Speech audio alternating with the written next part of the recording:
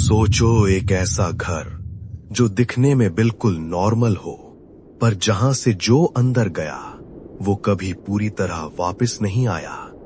ये कहानी किसी भूत की नहीं है, ये कहानी है इंसान के अंदर छुपे उस अंधेरे की जो कभी कभी पूरी बस्ती को खा जाता है। साल 2005, उत्तर प्रदेश, नोएडा का एक छोटा सा इलाका, निथारी गांव। यहाँ के लोग गरीब थे, रोज काम, रोज की मजदूरी, और उनके बच्चे अक्सर घर के बाहर खेलते रहते थे। तब किसी ने नोटिस नहीं किया जब पहला बच्चा गायब हुआ। लोगों ने कहा भाग गया होगा, शायद शहर चला गया। पर मां का दिल कभी गलत नहीं होता। धीरे धीरे एक और बच्चा गायब हुआ, फिर एक और।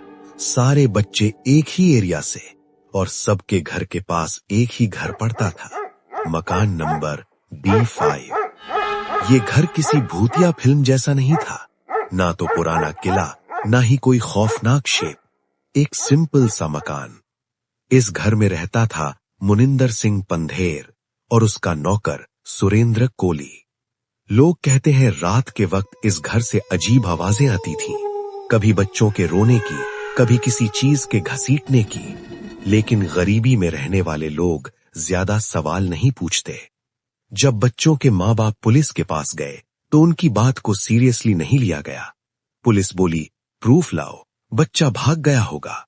और हर दिन एक माँ का इंतजार और लंबा होता गया। फिर आया दिसंबर 2006।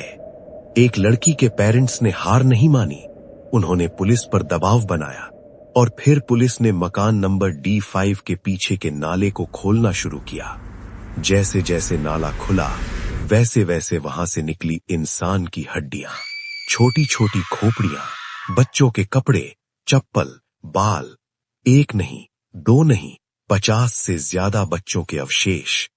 उस दिन सिर्फ निथारी नहीं, पूरा देश कांप गया। सोचो, जिन बच्चों को माँ बाप जिंदा ढूंढ रहे थे, वो सालों से उसी घर के पीछे पड़े थे। पोस्टमार्टम रिपोर्ट्स ने जो बताया वो और ज्यादा डरावना था। बच्चों के साथ सेक्सुअल असॉल्ट, गला घोंटकर हत्या, कुछ केसेस में डेड बॉडी के साथ भी दरिंदगी।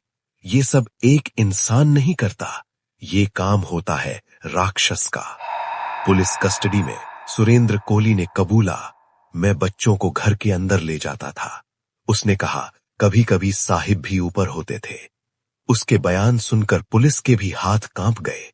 कुछ बातें ऑफिशियल रिकॉर्ड का हिस्सा नहीं बनी, लेकिन जो अंदर हुआ वो समझना मुश्किल है। मकान नंबर D5 आज भी निथारी में खड़ा है, बंद, सील्ड। लेकिन लोग कहते हैं रात के वक्त वहां से गुजरो तो हवा अचानक ठंडी हो जाती है। कभी कभी बच्चों के रोने जैसी आवाज सिर्फ महसूस होती है।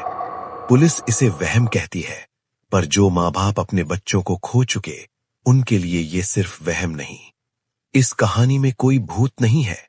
इस कहानी का सबसे बड़ा हॉरर है सिस्टम की लापरवाही, गरीब की आवाज का दब जाना, और इंसान का इंसान से भी ज्यादा खौफनाक हो जाना।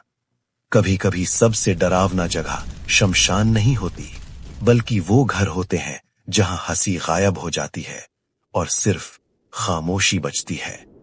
अगर आप कभी नोएडा के निथारी एरिया से गुजरें तो मकान नंबर D5 की तरफ देखकर सिर्फ एक बात याद रखना, हर बंद दरवाजे के पीछे खाली कमरा नहीं होता।